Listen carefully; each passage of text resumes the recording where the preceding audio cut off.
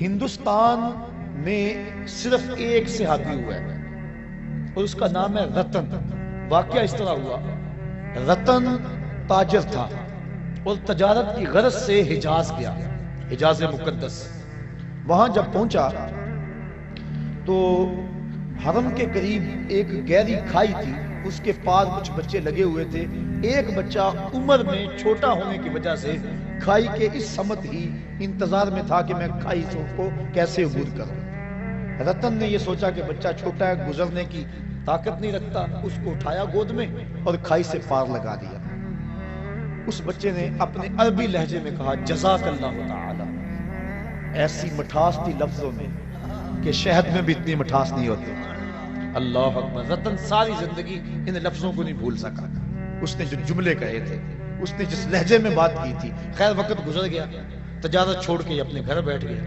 ایک دن مکان کی چھت پہ لیٹا ہوا ہے رتن، اس نے کیا دیکھا کہ جو آسمان کا چاند ہے وہ دو ٹکڑے ہو گیا اور زمین پہ آ گیا۔ گھبرایا کہ شاید قیامت آ گئی۔ تھوڑی دیر کے بعد پھر کیا دیکھا، چاند دوبارہ جا کے اپنی جگہ پہ جڑ گیا۔ پریشان تھا، یہ کیا ہوا؟ یہ منظر اس نے ہندوستان میں دیکھا۔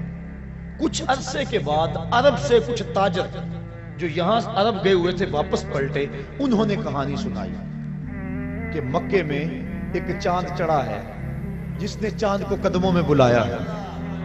انہوں نے ساری کہانی سنائی۔ رتن کے دل میں شوق پیدا ہوا، اس کی زیارت کر کے آؤں اور وہ نبی ہے اس پر ایمان لاؤں۔ گھر سے چلا، سفر کرتا کرتا پہنچا سین حرم میں۔ جب داخل ہوا، حضور صحابہ کے ساتھ سین حرم میں بیٹھے ہوئے تھے۔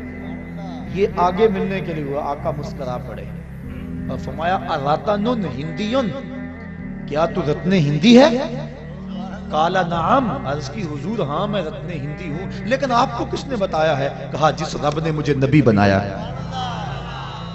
اب اگلی بات سنیے۔